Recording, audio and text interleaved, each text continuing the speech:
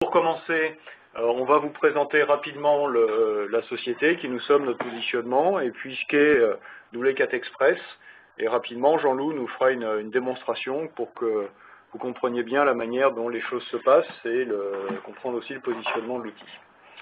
Voilà, donc, qui est W4 ? W4 est un éditeur de logiciels depuis 1996, qui investit beaucoup dans la recherche et développement et d'une manière plus significative que la moyenne du marché. Nous participons à des projets européens avec différents acteurs du marché et aussi des universitaires, et puis on est aussi membre de certaines organisations, notamment la Workflow Management Coalition et l'OMG, pour tout ce qui est la normalisation autour du Business Process Management.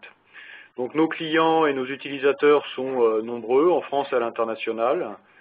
Donc ici, vous avez un petit peu une répartition au travers du monde de nos différents clients qui sont dans tout secteur, puisque notre offre a pour vocation à être généraliste, et donc s'applique aussi bien dans les télécoms, la distribution, le secteur public, mais aussi la banque, finance, assurance, par exemple. Je vous laisse rapidement jeter un coup d'œil sur ces éléments. Et puis, au-delà de la clientèle, on a aussi un portfolio de produits basé sur le Business Process Management. Donc, toute cette offre produit est organisée aussi autour d'un store qui est la grande nouveauté de la version 9, une des grandes nouveautés de la version 9 de la suite produit de W4, ce store permettant de collaborer, de partager des applications sur le web et finalement de mettre en relation des contributeurs d'applications qui ont un savoir-faire métier et de les mettre à disposition d'autres utilisateurs qui vont être des consommateurs finalement des applications qui ont été proposées. Et l'idée, c'est que W4 Store devienne une place de marché autour de laquelle on pourra retrouver un certain nombre de services.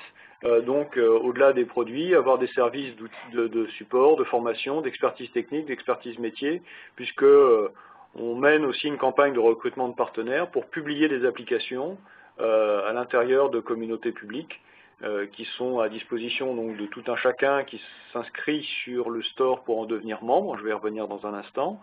Et puis aussi, on a la possibilité de créer des communautés privées qui vous permettent, avec des gens de votre choix, de partager des applications qui peuvent être visibles uniquement à l'intérieur de cette communauté. Donc, dans le store, on va retrouver de la technologie, on va retrouver donc des communautés, des services et aussi des contributions qui sont les différentes applications mises à disposition, des applications qui vont être des solutions métiers complètes, qui peuvent être des briques techniques, ça peut être des modèles de processus, ça peut être des squelettes d'applications ou des modèles d'applications. Et puis, tout ça est visible dans ce qu'on appelle un catalogue d'applications qui est disponible. Donc, dans notre suite, et là, je suis sur la bulle en haut à gauche, on va avoir notre offre historique qui est Business First, donc qui est l'offre d'automatisation de process avec un composeur intégré de création d'applications. Embedded, c'est un packaging qui est dédié aux éditeurs de logiciels et aux sociétés de services qui veulent utiliser leur propre framework et lier finalement des moteurs d'exécution de process à l'intérieur. Et W4 Express est une déclinaison gratuite, mise à disposition de tous, qui était autrefois connue sous le nom de Leonardi, qui permet de créer des applications sur mesure en modélisation, puisque c'est basé sur des technologies model-driven, dont on va parler aujourd'hui. Et puis enfin, la dernière de la liste ici, BPMN+, c'est un packaging qui s'appuie, lui, sur le standard BPMN dans le cadre de l'automatisation des process, mais ça fait l'objet d'autres web séminaires. Je vous invite à fréquenter rapidement notre page W4 WebSem sur le site web pour avoir accès à ces différents séminaires web séminaires qui sont organisés tout au long de l'année. Voilà, donc W4 Express, plus précisément, donc c'est la suite logicielle de W4. Elle contient le nécessaire pour réaliser et automatiser les applications basées sur des modèles, puisque, comme je vous l'ai dit précédemment, on va pouvoir modéliser le modèle de données, mais aussi les interfaces, et puis ensuite paramétrer l'ensemble qui est automatiquement produit pour le personnaliser et l'adapter à vos besoins. Donc on va avoir un atelier de conception unique qui s'appelle W4 Composer, et cet atelier va produire un modèle d'application qui est exécutable dans différents environnements, que ce soit sur du client riche, sur du web, du mobile, puisqu'il y a un client mobile qui est disponible sur l'Apple Store et sur le Play Store de Google pour l'installer sur les outils respectifs. Donc le fonctionnement de W4 Express, Jean-Loup va revenir dessus, la partie modélisation, exécution, et on va pouvoir aussi s'appuyer sur le store pour une partie de réutilisation. Alors je vous parle du store depuis tout à l'heure, donc ce que je vous propose c'est de vous montrer comment faire pour créer votre compte sur W4 Store pour ensuite pouvoir télécharger W4 Express, mais aussi naviguer dans le catalogue et regarder les fiches des produits. Et aujourd'hui, le catalogue est assez restreint, mais comme je vous le disais, on est en cours de recrutement de partenaires pour mettre à disposition de nouvelles applications à l'intérieur de W4 Express et de la communauté de W4. Voilà, donc je vais passer sur un navigateur. Donc, pour créer un compte, vous avez en haut à droite la capacité de créer un compte. Votre nom, votre adresse de courriel. Donc il y aura une validation du courrier électronique, une notion d'opt-in pour être sûr que on puisse communiquer avec vous. Donc W4 Software, il faut que je rentre la bonne adresse email. Vous donnez un mot de passe avec des notions de sécurité bien sûr sur le mot de passe. Je confirme. Ensuite, il y a, puisqu'on positionne du contenu et on donne la possibilité de télécharger du contenu, il y a des conditions d'utilisation du store, donc je vous invite à les lire, bien sûr. Et si vous voulez devenir contributeur, à ce moment-là, vous avez aussi des conditions spécifiques pour être contributeur. Le contributeur, c'est la personne, le membre qui va pouvoir pousser des applications sur le store et la mettre à disposition des autres, dans l'objectif de fédérer aussi son public. Voilà, donc W4 Software, j'ai oublié de mettre l'extension.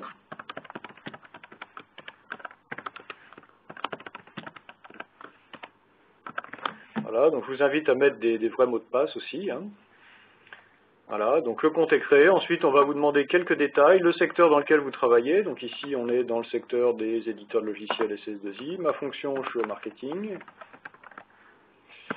Voilà, le pays est important pour nous parce que ça permet d'interagir avec vous et de savoir aussi d'avoir une notion peut-être chercher la France plutôt, voilà, pour savoir un petit peu d'où vous venez, et une sécurité qui est un CAPTCHA, parce que vous le savez que le monde de l'Internet aujourd'hui est vraiment très divers et varié. Voilà. Voilà, donc vous finissez, vous créez votre compte. Et donc vous recevez un mail, donc là pour l'instant j'ai coupé mon mail, mais ensuite vous recevez un mail, vous avez un opt-in, c'est-à-dire que vous cliquez sur le lien qui est donné dans le mail, et à ce moment-là vous avez possibilité de vous connecter au store. Voilà, donc je vais m'arrêter pour cette partie, et Jean-Loup va reprendre la main pour vous expliquer un petit peu comment fonctionne l'outil précisément, puisque c'est l'objectif de cette session, de voir un petit peu comment fonctionne W4 Express. François vous a montré comment, a priori, vous pouvez faire pour télécharger W4 Express. Donc, l'idée de W4 Express, encore une fois, hein, c'est l'illustration du MDE, c'est-à-dire qu'on va se créer des modèles et on va directement pouvoir les exécuter. Et donc, on fait cette exécution sans aucun format intermédiaire, c'est-à-dire qu'on a un moteur qui va exécuter le modèle directement pour générer à la volée des écrans au travers desquels l'utilisateur va pouvoir interagir. Donc, quelles sont les grandes caractéristiques de l'offre W4 Express? Donc, je ne vais pas m'attarder sur ces éléments du store. Donc, il faut d'abord s'enregistrer sur le store pour pouvoir illustrer, pour pouvoir télécharger le logiciel. Ensuite, le gros intérêt pour ceux qui ne connaissent pas les produits de W4, c'est vraiment c'est la preuve par l'exemple, hein, c'est comment ça marche, l'approche modélisée exécutée, parce que en fait c'est un concept qu'on retrouve dans toutes nos offres. Et puis quand même, W4 Express, ça contient tout le nécessaire pour se créer de vraies applications opérationnelles.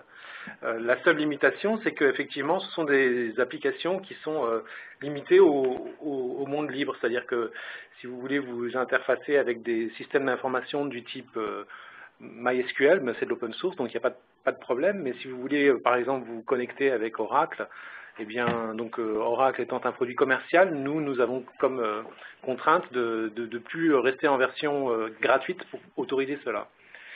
Je vais faire un petit paragraphe là, parce qu'en fait, bon nombre d'entre vous sont des gens qui connaissent Leonardi, donc ça me semblait important d'insister un petit peu sur les différences qui existent entre Leonardi, qui va cesser d'exister très rapidement, et W4 Express. Donc, vous allez le voir hein, lors de la démo, en fait, le composeur a complètement changé, le look and feel est différent.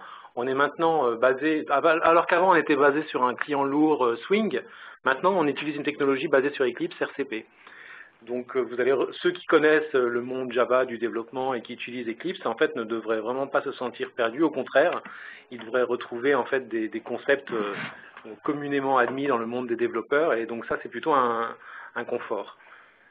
Ensuite, ce sont les aspects communautaires qui sont nouveaux par rapport à Leonardi. Donc, on va aussi l'illustrer tout à l'heure. Vous allez voir que depuis l'outil, depuis ce qu'on appelle le composeur, donc, on a tout ce qu'il faut pour pouvoir s'authentifier et se connecter directement à un catalogue où on va pouvoir regarder les composants qui existent, les réutiliser et pourquoi pas republier des choses que nous, on va développer localement sur notre PC. On va pouvoir les uploader dans le store pour le bien de tous, en fait, pour le bien de la communauté. Alors, une autre différence notable par rapport à Leonardi, c'est qu'on ne distribue plus de JDK et de Tomcat. En fait, quand vous allez télécharger W4 Express, si vous l'installez, si vous n'avez pas encore de Java installé sur votre machine, il va vous le dire. Donc, il faut que vous récupériez en fait une version de Java et du JDK si vous êtes amené à compiler les choses depuis les sites dédiés à ça, donc Oracle pour ne pas les citer. Donc pareil, hein, Tomcat, il faut que vous récupériez une version de Tomcat qui va vous permettre d'exécuter les applications en mode web. Il y a des contraintes sur les versions de Tomcat et de JDK qu'il faut charger? Non, alors le JDK... recommandations? En fait, non, les JDK, nous, on autorise à partir du... On sait qu'on est complètement ascendant, compatible depuis la version 4 points étoiles, voire 5. Et pour les Tomcat, c'est pareil, c'est à partir des Tomcat 5 points étoiles, mais normalement, ça ne devrait pas te poser de problème. Mais aujourd'hui, je vais vous montrer le produit avec, je crois, le JDK 6 et Tomcat 6 également. Une autre différence notoire par rapport à ce qui existait dans Leonardi, c'est la présence d'un diagramme de classe UML qui va vite devenir, vous vous en rendrez compte, c'est très pratique, ça va devenir vraiment la vue centrale de travail quand on développe une application. Donc pareil, hein, là c'est un effort pour aller vers les standards, vers ce que les gens connaissent en termes de modèles. Et donc ce diagramme classe-relation qu'on va exploiter de manière très intensive dans cette version va devenir vraiment quelque chose de central. Dernier petite différence, mais enfin en fait assez grande, d'ailleurs on va passer du temps là-dessus, c'est que vous saviez qu'avant, avec Leonardi, non seulement vous étiez limité au niveau des briques logicielles, à savoir que vous pouviez utiliser tout ce qui était libre et en open source, mais vous étiez aussi limité au niveau des composants graphiques. Donc, avec Leonardi, on ne disposait pas d'un certain nombre de composants qui permettent des choses un peu sophistiquées en matière d'IHM.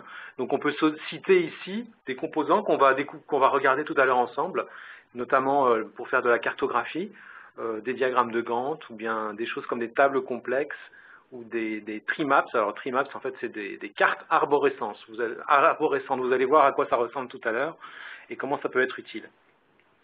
Alors, un dernier aspect qui n'est pas négligeable, très bientôt, dans une des prochaines versions de W4 Express, vous aurez tout le nécessaire pour modéliser des processus selon BPMN. Donc, vous savez, c'est le cœur de métier de W4, en fait, c'est d'être un acteur du workflow et du BPM. Et donc, bien sûr, il va y avoir une convergence des outils. Et W4 Express, qui aujourd'hui, en fait, ne permet que de travailler les applications au sens des données et au sens de l'interface graphique, va élargir son périmètre et donc sera rendu disponible avec le composeur qui permet de créer des modèles de processus selon la norme BPMN2. Donc on aura l'occasion, lors de la sortie de cette version-là, bien sûr, vous repréciser les choses. Alors, comment ça se passe quand on crée une application avec W4 Express? Eh bien, ça se passe, pour ceux qui connaissent Leonardi, de la même manière, sauf que, comme je vous le disais tout à l'heure, la vue centrale, maintenant, c'est un diagramme de classe UML. Donc, on va utiliser ce qu'on appelle ce composeur qui est basé sur Eclipse, et on va travailler sur, avant tout, un modèle de données. Donc, un modèle de données qui sera basé sur le diagramme de classe, comme on vient de le dire. On va travailler sur les classes, donc sur les champs de ces classes, on va typer ces champs, et puis on va filtrer ces classes en fonction de ce qu'on veut montrer ou pas aux gens qui vont utiliser l'application, et on va spécifier un certain nombre de choses, comme la politique de cache à employer pour le chargement des objets en mémoire, les connecteurs physiques, qu'est-ce qu'on affiche, quels sont les contrôles à faire lors de la validation des formulaires. Et puis on va avoir un certain nombre d'outils périphériques, comme par exemple la possibilité de générer des bases de données, et puis d'intégrer des bases de données existantes. Donc tout à l'heure, en cours de démonstration, si j'ai le temps, je vous montrerai l'introspection de bases de données, qui permet notamment d'accélérer la création d'applications en intégrant des données dont on dispose déjà. Et donc le deuxième pan du composeur, eh bien, c'est la dimension IHM. Une fois qu'on a ces données, on va s'attacher à décrire comment l'utilisateur final va faire pour interagir avec son application et quels sont les types d'objets d'interface homme-machine, donc IHM, interface homme-machine, hein, quels sont les types de contrôles qu'il va employer pour gérer ces données et pour naviguer dans l'application. Bon, le plus simple, c'est de passer à l'exemple, hein, je pense. Donc, on va itérer, bien sûr, de manière au fur et à mesure, à affiner l'application pour se rapprocher du besoin que l'on désire couvrir. Donc, on va passer à la démonstration. Dans cette démonstration, il va y avoir deux parties. La première partie, en fait, je vais vous montrer comment se connecter au store et récupérer dans votre environnement, dans le W4 Composer, une application existante. Et puis, on va illustrer donc toujours cette dichotomie entre le composeur d'une part et puis le moteur d'autre part.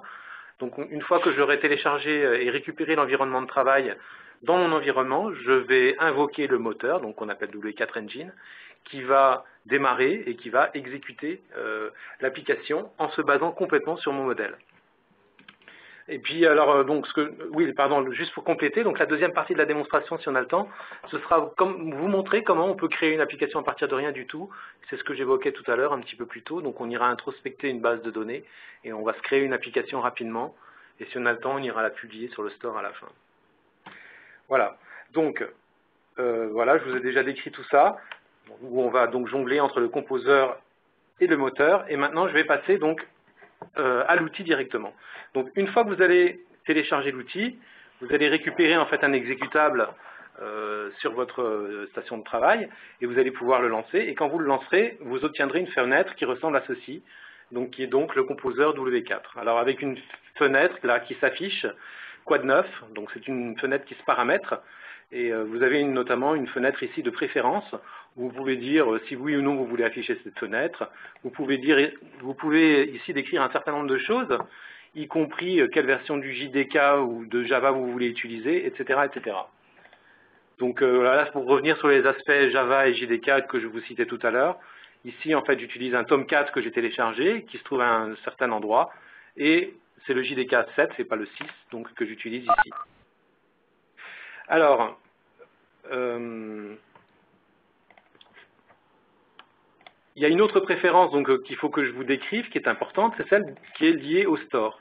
Donc ici, il y a dans cette fenêtre de préférence une section qui est dédiée au store, dans laquelle je vais pouvoir, une fois que je me serai créé un compte sur le store, indiquer les références. Donc je vais indiquer mon identifiant, donc mon email, et puis mon mot de passe. Donc une fois que tout cela est paramétré, voilà, je vais fermer cette fenêtre du Quad 9 qui ne m'intéresse pas pour le moment, et je vais tout de suite aller faire un tour sur le store, et tout de suite je sais que mon intention est de récupérer une application à partir de quelque chose qui existe sur le store. Alors je vais utiliser ce menu, là vous voyez, importer depuis W4 Store.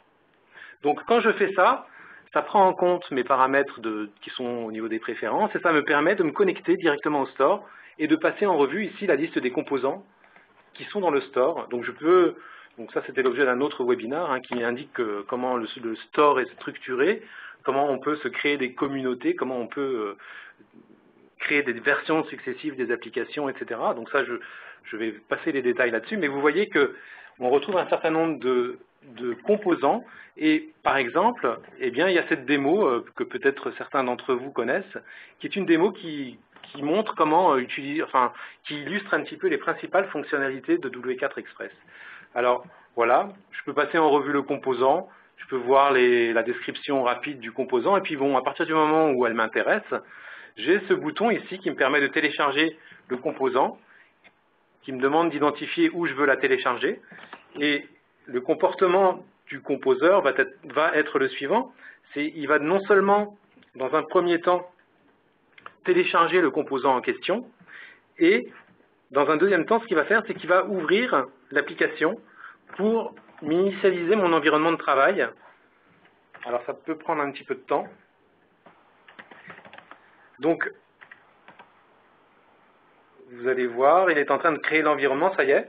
Vous voyez que maintenant, je suis en capacité de faire évoluer cette application parce que, dans un premier temps, donc, il m'a créé il m'a téléchargé ce qui est un format propriétaire à nous, et puis il l'a ouvert, introspecté, et il a chargé mon composeur avec tout ce qu'il y avait dedans. Donc là, vous retrouvez la structure typique en fait d'une application dans laquelle, c'est ce que je vous disais tout à l'heure, en fait la vue centrale est ce diagramme de classe UML.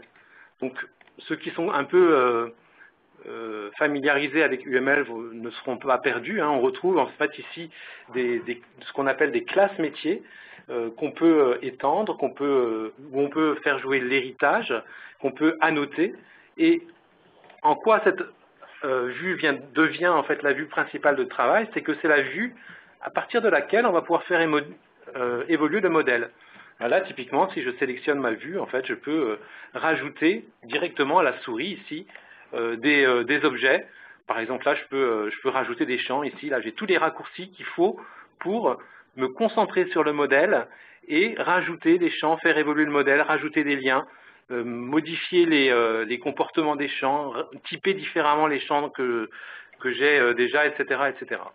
Je peux rajouter, par exemple, des annotations. Par exemple, je vais vous montrer tout à l'heure que les établissements, en fait, dans Hôtel, on peut les visualiser sous forme de carte. Donc là, rien ne m'interdit, par exemple, de rajouter une petite annotation qui va dire. Donc c'est une annotation au sens UML, hein, c'est-à-dire que vous allez la conserver, elle va vivre avec votre application. Et donc là, je vais dire, par exemple, que c'est visualisé via une carte, donc Google Maps. Voilà, donc cette annotation-là, si jamais je republie mon application, eh bien sûr, elle sera dans ma nouvelle version d'application. Alors, sans plus attendre, donc je vous ai dit, ça c'est la version, en fait, c'est la vue principale, le diagramme UML, mais ailleurs, on va retrouver tout ce qui est nécessaire pour faire aussi de l'IHM et pour intégrer le système d'information. Donc ici, il y a des zones de l'arborescence, en fait, que vous pourrez explorer. Il y a notamment comment, en fait, on se connecte aux données. Et puis, il y a aussi la partie interface graphique. Donc, pour la partie interface graphique, en ouvrant les branches de cet arbre petit à petit, on va retrouver la navigation qu'on a définie pour cette application, qui me permet, en fait, d'accéder à mes données. Donc, ce que je vais faire, c'est que je vais tout de suite exécuter cette application pour vous faire un parallèle entre ce qui existe au niveau du modèle et puis l'exécution. Donc là, ce que je viens de faire, c'est au sein de mon environnement de conception, encore une fois, j'invoque W4 Engine, notre moteur d'exécution, pour qu'il m'exécute mon application. Donc il y a plusieurs manières de faire, hein. Il y a des afficheurs en client lourd, et puis il y a des afficheurs en client web. Donc là, j'ai initialisé l'afficheur en client web, qui repose sur le Tomcat que je vous ai indiqué tout à l'heure. Donc, il a généré une archive web, au sens web du terme. Il l'a déployé dans un répertoire qui est mon serveur d'application. Et il m'a démarré en fait le navigateur de mon choix. Je l'avais configuré pour être Chrome, voilà. Et il m'initialise en fait la connexion à mon application en utilisant donc le navigateur de mon choix. Donc ici, bon, c'est une application un petit peu à but pédagogique. Hein. Donc, on se connecte avec des identifiants qui nous sont donnés sur la première page, et je vais retrouver en fait tout ce que je vous ai montré avant, à savoir toute la navigation qu'il est possible d'avoir dans cette application. Alors, je pense que c'est peut-être intéressant qu'on passe un petit peu de temps justement notamment sur ces composants graphiques avancés dont on dispose maintenant dans cette version et dont on ne disposait pas avant. Donc, pour ce faire, je vous propose de faire un parallèle entre cette vue-là qui décrit donc au sens composeur du terme ma navigation, et puis les différents objets auxquels je vais pouvoir accéder au travers du moteur d'exécution. Donc, vous voyez que la première action qui est décrite dans l'arbre de navigation, c'est l'action de connexion. Donc, c'est celle que je viens de passer en m'identifiant. Après, il y a une liste globale d'actions dans lesquelles je vais pouvoir définir. Donc, à gauche, on est dans la partie conception, à droite, dans la partie exécution. Vous voyez notamment, ici, j'ai une vue dont je vous parlais tout à l'heure, qui est une vue qui fait intervenir une carte. Donc, l'intérêt de cette vue-là, bien sûr, c'est de géolocaliser des objets sur une carte, mais tout en profitant, en fait, de toute l'infrastructure et de toutes les informations auxquelles nous permettent d'accéder Google Maps, tout en pouvant interroger ces objets et en pouvant accéder à toutes leurs caractéristiques directement depuis la carte. Tu veux dire que là, on a réhabillé Google Maps à l'intérieur de l'application que tu as faite avec le composeur, et on peut poser des objets qui sont modélisés à l'intérieur du composeur, potentiellement récupérer d'autres choses, sur une carte de Google. Voilà, exactement. Et donc, pour rentrer un petit peu dans les détails de comment ça marche, eh bien, on va descendre ici dans notre conception, et on va voir que, en fait, la carte que je viens de vous montrer, en fait, c'est une action qui a été décrite ici, et à un certain niveau, eh bien, il y a cette action de localisation géographique, qui est une action en fait de base dans le composeur, et qui va nous permettre, en fait, si je la retrouve ici, cette action, et qui va nous permettre en fait de décrire comment géolocaliser les objets. Donc, typiquement, ici, on lui a dit, voilà, c'est une action de type Google Maps, et elle est paramétrée par la classe des établissements, et en fait, on va utiliser pour géolocaliser ces objets-là, donc l'attribut en fait qui se trouve dans ma... Attention, il faut que je me... Voilà, ici, là. Comment est-ce qu'on géolocalise les objets? En utilisant un objet qui peut servir à localiser les choses dans Google Maps, à savoir, si je reviens ici au niveau de mon modèle de données, il s'agit de l'attribut adresse de l'établissement dans lequel il y a notamment une ville, un code postal, etc. Donc ça, c'est l'attribut que je vais indiquer pour pouvoir localiser les objets sur Google Maps. Rapidement, là, on peut donner un autre exemple en fait de composants graphiques un petit peu avancés qui n'étaient pas disponibles dans la version gratuite avant. Vous voyez ici, on a la liste des gérants qui s'affiche. Donc cette liste des gérants, en fait, c'est une table qu'on appelle une table complexe qui permet notamment, dans une seule ligne de la table, dans un seul item, de lister en fait plusieurs cellules dans une même zone. Donc ça, au niveau du modèle, je vais vous montrer comment ça a été paramétré. On a simplement, au niveau de la table, de la classe des gérants, qui se trouve ici, donc, eh bien, on est allé affecter des marques à certains objets. Par exemple, si je regarde ici la liste des établissements et que j'accède aux différentes marques de cet objet-là, vous allez voir qu'au niveau de l'IHM, eh bien, il est tagué comme étant affichable dans une table complexe. Donc c'est ce qui me permet de visualiser les choses à l'exécution comme une liste d'objets intra-objet. Donc on peut naviguer directement dans cet objet-là à partir de mon objet gérant. Voilà.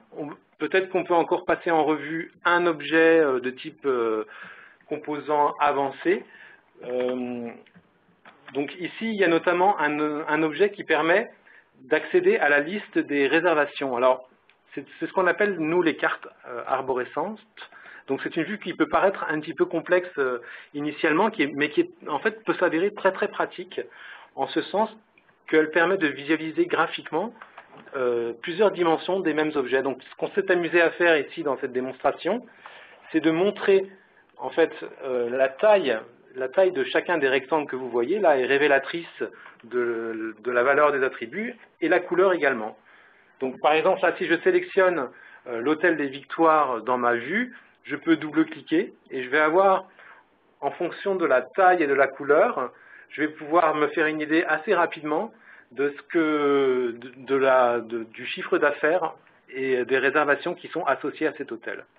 Voilà, là je peux remonter en fait dans mon arbre. Bon, il faut savoir que ce genre de vue en fait, c'est assez utilisé dans le monde boursier, dans le monde financier pour représenter des notions en fait comme la bourse ou des choses comme ça.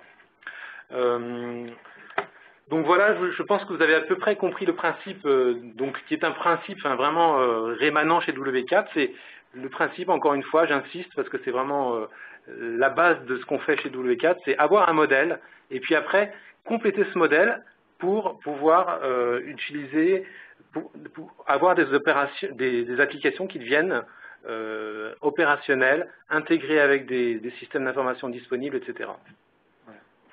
Donc j'imagine que tu veux maintenant nous montrer aussi comment on voit les écrans de l'application, peut-être en repartant d'un existant ou en repartant d'une page blanche, non? C'était voilà. Ce que tu avais prévu sur la deuxième Exactement. partie. Donc ce que je vous propose, l'exercice auquel je viens de me livrer,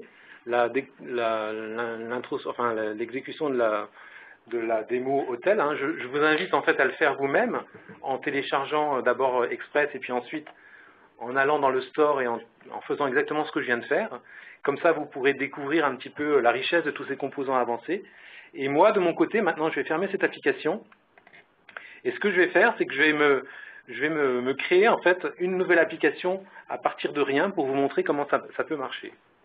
Donc, je vais me créer une application que je vais appeler Atlas. Et vous allez très vite comprendre pourquoi. Et en fait, ce que je voudrais faire, ce que je voudrais illustrer au cours de cette petite application que je vais créer, c'est comment je peux réutiliser des images et puis des données dont je dispose par ailleurs. Alors, il se trouve que sur mon PC, j'ai une base de données MySQL dans laquelle, en fait, on retrouve des informations d'ordre géographique. Par exemple, on a des pays, des continents, des villes, enfin, de mémoire, voilà, on a un certain nombre d'objets. Et c'est une base MySQL. Donc en fait, ce que je vais faire, c'est que je vais exploiter cette base pour accélérer ma réalisation d'application. Et dans un deuxième temps, je vais y intégrer des images dont je dispose par ailleurs, qui sont des drapeaux de pays. Alors, première chose que je vous ai dite, c'est que c'est une base MySQL. Donc la première chose qu'il faut que je fasse, donc là les gens qui connaissent Eclipse se retrouveront facilement, il faut que j'ajoute le driver MySQL dont je dispose sur mon PC, que vous pouvez télécharger, pour que mon environnement Java puisse se connecter à MySQL. Donc voilà qui est fait, j'ai plus trop à me soucier de ça. Maintenant, ce que je vais faire, c'est que je vais introspecter cette base de données. Donc pour ça, je descends dans les branches de mon arbre ici. Vous voyez que dans cette branche persistance, j'ai notamment un onglet qui s'appelle Découverte, dans laquelle je vais pouvoir utiliser cette option qui me permet de découvrir la structure d'une base SQL. Donc je vais indiquer un nom de projet, qui n'est pas forcément le nom de mon projet W4 Express. Ici, c'est vraiment le nom d'un projet au sens SQL du terme. Donc moi, le nom de ma base de données, je le connais, c'est World. Et puis c'est donc une base MySQL. Donc au passage, vous voyez la liste des bases de données pour lesquelles on est capable de fournir des drivers. En fait, potentiellement, c'est toutes les bases de données relationnelles pour lesquelles on a un driver JDBC. Voilà, donc je finis de paramétrer les choses en donnant les paramètres, puis en indiquant ce qu'il faut pour pouvoir m'authentifier. Et je valide mon formulaire, et donc vous voyez que c'est allé assez vite. Il y a eu en fait introspection d'une base, et si je regarde un peu ce qui a été découvert, eh bien on va bien découvrir la base de données au sens que je vous ai décrit tout à l'heure, avec un certain nombre d'enregistrements, donc il y a à peu près 4000 villes, un certain nombre de continents, voilà, 7 continents, ça paraît un peu bizarre, mais et puis des pays, et puis des régions, des langages, etc. Alors, pour l'instant, ce n'est qu'une vue SQL des choses. Donc, comme je vais me servir de ce que je viens de découvrir pour faire une application, je vais tout de suite exporter tout ce que j'ai découvert et créer mon modèle métier. Alors, le fait de faire ça, voilà, ça génère une opération qui prend tout ce qui est dans ma base de données et qui va me créer, en fait, dans cette vue de droite ici. Donc, ça m'a peuplé cette vue de droite, et dorénavant, pour chaque table relationnelle de ma base de données, en fait, il m'a créé une classe au sens objet du terme, hein, qui va faire partie de mon modèle et que je vais pouvoir faire évoluer. Donc, sans plus attendre... On peut voir le modèle UML peut-être là Voilà, alors j'avais avant... Ah, excuse-moi. Non, mais voilà, le modèle UML, allons-y. C'est le lien qu'on avait tout à l'heure. Oui, tout à fait, donc allons-y. Le modèle UML se trouve ici. Alors vous voyez pour l'instant, alors je vais le montrer un peu en grand. Donc, il m'a fait voilà, un affichage qui est un petit peu discutable pour l'instant, mais je peux ouvrir en fait toutes ces classes et puis les redisposer en fonction de mon choix. Et puis bien sûr, hein, après j'ai les outils pour optimiser en fait l'affichage. Donc par exemple, voilà, je fais une mise en page, ça va un petit peu m'améliorer les choses. Voilà ce que mon modèle métier correspondant. Donc à ce modèle métier, encore une fois, hein, ça c'est le principe de base, correspond une application. Donc je peux tout de suite exécuter mon application. Je vais l'exécuter en mode swing, ou alors en mode, voilà, en mode web. Donc il va d'abord arrêter le Tomcat que j'avais lancé tout à l'heure. Alors pour résumer, là ici tu t'es connecté à une base de données, donc MySQL en l'occurrence, tu as récupéré un certain nombre de tables que tu as importées dans ton modèle d'application, ça t'a créé un certain nombre d'objets, le city, continent, country, etc., qui sont directement déduits de la table et qui finalement est un modèle qui est représentable en UML. Mais là, tu es en train de lancer l'exécution, mais les écrans qu'on voit au niveau des utilisateurs, ils existent comment, par quelle magie? Alors, très bonne question. Ce qui se passe, c'est que quand je vais par la suite élaborer mon application et l'affiner, j'ai une idée très précise de ce que je veux faire en matière d'IHM. Donc, je vais pouvoir décrire, comme on l'a fait précisément tout à l'heure, en fait, comme on a vu que ça avait été fait pour l'application hôtel, une structure d'écran qui sera la mienne. Mais donc, effectivement, c'est un exercice auquel je ne me suis pas livré là tout de suite. Et comment ça marche? Très bonne question. Eh bien, en fait, W4 Engine a été capable par lui-même de me proposer en fait une structure d'application qui me permet de passer en revue toutes les classes qui sont dans mon modèle métier. Donc typiquement, il m'a proposé un menu sur la gauche depuis lequel je peux accéder à un ensemble d'objets. Et tous ces objets-là, bien sûr, sont les objets qui sont extraits de ma base de données. Donc vous voyez, là, on retrouve les 238 pays, les villes, etc. Donc là, c'est vraiment en fait une connexion directe sur une base MySQL qui a lieu. Et encore une fois, l'IHM qui est proposée, l'interface graphique, est déduite automatiquement de mon modèle. Donc dès que je vais commencer à spécifier un arbre de navigation qui m'est propre, et bien sûr, il n'y aura plus cette structure, cette génération automatique de l'IHM, et ce sera conforme à ce que je vais lui spécifier. Bon, alors par exemple, qu'est-ce qu'on peut faire là très rapidement? On peut voir que quand je regarde une région, bien en fait, voilà, consulter région numéro 4, c'est pas très parlant, donc je vais simplement vous montrer comment, très rapidement, on peut faire évoluer l'application pour l'affiner petit à petit. Donc, je quitte mon moteur d'exécution, donc je vais fermer mon onglet ici, et puis je vais faire évoluer un petit peu mon modèle pour vous montrer comment ça peut marcher. Donc, j'ai dit que les régions, par exemple, donc la région, je retrouve l'objet ici, elle était pour l'instant affichée de par son identifiant SQL, ce qui n'est pas très joli. Donc je vais dire qu'en fait c'est le nom de la région qu'il faut utiliser. Donc je vais dire par exemple que c'est celui-là qu'il faut utiliser pour le nommage de l'objet. Première chose. Ensuite, ce que je vais faire, c'est que je vais dire que un pays, eh bien, je vais faire ce que François, tu m'as demandé tout à l'heure, c'est que je veux plus qu'on me génère en fait une structure en fait par défaut de mon IHM, mais je vais créer une structure, une interface graphique qui est maison, qui est la mienne. Donc je vais décider de la structure tout de suite. Donc ce que je vais faire, c'est que je vais, dans cet arbre des vues ici, je vais aller créer, au travers des objets qui me sont proposés ici, une nouvelle interface graphique à partir de rien. Donc, ce que je vous propose, c'est de définir, par exemple, une action composite. Alors, une action composite, hein, c'est un petit peu le principe du Lego, c'est qu'on assemble différentes actions élémentaires entre elles pour les intégrer, pour les faire interagir et pour les resituer dans un contexte. Donc, je vais faire une application où je vais proposer la visibilité de tous mes pays et je vais les présenter de manière hiérarchique par région. Donc je vais créer une action qui s'appelle nom par région, dans laquelle en fait la première action, qu'est-ce que ça va être? Ça va être par exemple une table, et ou alors plutôt un arbre, mettons, ce sera la vue de gauche de mon action, et je vais visualiser en fait dans cet arbre la liste de mes régions. Je valide, et la deuxième action, qui va être attachée à celle-là, ça va être, on va choisir une table, et ça va être la liste des pays. Donc, voilà, ici, la cible, je prends la liste des pays.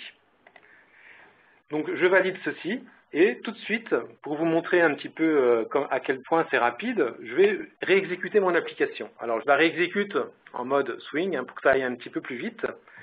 Et vous allez voir que mon IHM a complètement changé. Maintenant, je ne vais plus aboutir sur une vue tout à l'heure avec une IHM par défaut, mais j'arrive sur une application qui me présente à gauche la liste des régions. Donc c'est la vue composée que j'ai créée. Hein. Donc la partie gauche, c'est une arborescence avec toutes les régions de ma base de données. En fait, ici, si je n'avais pas indiqué quel attribut utiliser pour le nom, en fait, j'aurais eu des chiffres. Hein. C'est pour ça que je me suis vite attaché à nommer correctement mes objets. Et donc à droite, eh bien de nouveau, là, c'est une vue très classique au sens express du terme, qui est une vue de type table. Mais vous voyez que sans effort, j'ai tout de suite quelque chose d'assez sophistiqué, en ce sens que notamment, ces actions sont complètement contextuelles. Si je fais une sélection à gauche, eh bien, comme lorsque j'ai défini en fait ma vue composée, j'ai indiqué que la première vue indiquait quel était le contexte, eh bien, vous voyez que là, si je sélectionne la tête de l'arborescence, eh bien, en fait, je récupère toutes mes villes. Sinon, je récupère que les pays en fait d'Amérique du Nord, en fonction de ma sélection voilà. Donc ça, c'est peut-être pour illustrer l'aspect IHM. Je vais faire une dernière petite itération sur mon application qui va vous illustrer comment je peux compléter mon modèle. Donc je vais retourner ici sur mon diagramme classe-relation et je vais essayer d'intégrer dans mes pays, ici, je vais rajouter un nouveau champ. Donc je vais étendre mon modèle, je vais utiliser donc ces petits contrôles là qui me permettent de dire que par exemple, je vais rajouter, comme je vous l'avais indiqué tout à l'heure, un fichier. Donc ce nouveau champ, je vais l'appeler drapeau. En fait, il se trouve que sur mon disque dur, hein, au même titre que j'avais une base MySQL, j'ai aussi une liste de drapeaux que je vais pouvoir exploiter. Donc, j'ai un drapeau, mais attention, ce drapeau, il ne se trouve pas dans ma base MySQL. Donc, il faut que j'aille tout de suite l'indiquer au niveau de la persistance que cet attribut est local. Donc, la conséquence de ça, c'est que si c'est un attribut local, il faut que je lui dise comment le calculer. Alors, comment le calculer? Donc là, vous voyez qu'en fait, en fonction de ma sélection ici en haut, je fais apparaître dans l'onglet des propriétés en bas un certain nombre de propriétés que je vais pouvoir initialiser. Donc là, je vais indiquer où se trouve ma liste d'images à utiliser pour mes drapeaux. Donc alors dans mon cas de figure, il se trouve que ce répertoire se trouve sur mon PC. Voilà, ici, c'est un dossier où j'avais rassemblé l'ensemble des drapeaux des pays. Donc ça va être le répertoire de chargement. Et deuxième chose qu'il faut que je fasse, c'est lui dire comment associer les objets qu'il va trouver en base à ces drapeaux. Donc en fait, il se trouve que je vais indiquer une formule ici. Donc je vais dans ce formulaire à partir duquel j'ai une aide en ligne qui me permet de naviguer en fait et d'exploiter les valeurs des champs contenus dans l'objet. Donc par exemple là, je vais utiliser en fait ce champ là qui s'appelle country code et puis je vais lui dire comment à partir de ce code calculer le nom de mon image. Donc voilà, ceux qui connaissent un petit peu Java comprendront ce que je fais. Je lui dis de prendre le nom de ce champ, de le mettre en minuscule, donc tout lowercase, et puis de rajouter l'extension .png de manière à pouvoir avoir le nom total de l'image.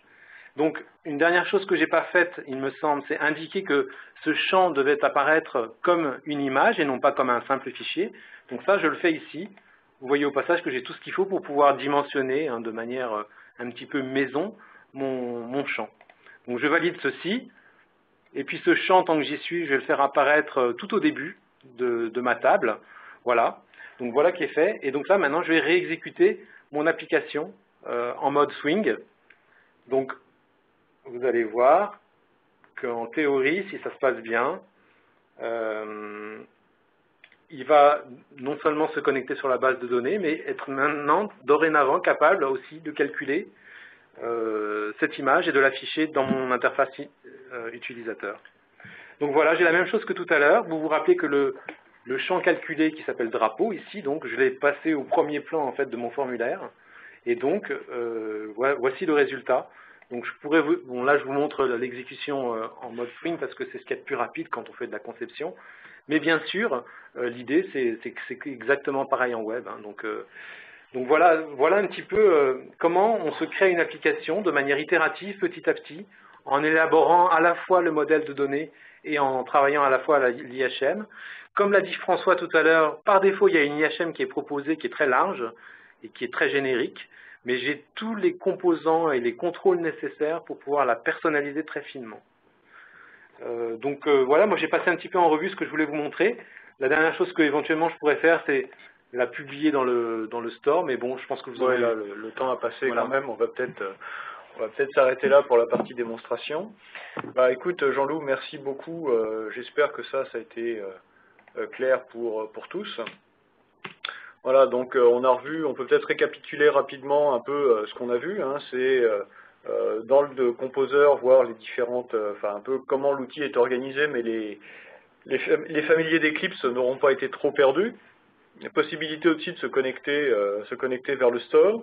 On a travaillé sur la démo hôtel avec vu les différents contrôles qui étaient disponibles, la carte des hôtels ou des Gantt ou même des cartes hiérarchiques qui permettent de représenter par importance différents types d'objets. Donc ça vous donne un aperçu un peu plus global de ce qu'il y a dans les capacités de l'outil. Et puis l'exécution qui s'est faite en web, en swing, et vous avez vu qu'à chaque fois, il n'y a pas de phase de production de code. Cet outil Express n'est pas un générateur de code, mais est un moteur d'exécution d'un modèle, c'est-à-dire que, in fine, on produit un fichier XML qui ensuite est interprété par un moteur d'exécution et qui permet donc de s'adapter aux différents outils de visualisation et de prendre en compte les différentes évolutions entre l'Internet d'aujourd'hui au travers des navigateurs Internet Explorer 11, je ne sais plus quelle est la version de Chrome ou de Firefox, mais non plus grand-chose à voir avec, en termes de richesse que ce qui était possible il y a quelques années sur les mêmes types d'outils. Voilà. Ensuite, il y a eu la partie introspection d'application, hein, enfin une création d'application, pardon, avec une introspection d'une base de données, d'être capable de récupérer des drapeaux sur des pays qui étaient des fichiers locaux pour prendre en compte ce type d'outils. Voilà, donc on est bien sur une capacité à modéliser, exécuter et réutiliser aussi les informations qui sont mises à disposition dans le store, c'est-à-dire que si Jean-Loup vous a juste illustré l'application hôtel qui est disponible sur le store, mais vous pourriez la modifier et puis potentiellement importer notre application à l'intérieur pour fusionner différents types d'objets. Vous avez donc un composeur qui embarque aussi un moteur d'exécution et après on peut redéployer ce moteur d'exécution. Là ici ça se fait sur un Tomcat, mais vous pouvez mettre ça sur des serveurs de production plus sérieux si c'est vos besoins, et on a des clients qui déploient ça sur des WebLogic ou des environnements IBM WebSphere en termes d'exécution, notamment pour tout ce qui est l'exploitabilité et la maintenance de ce genre d'application.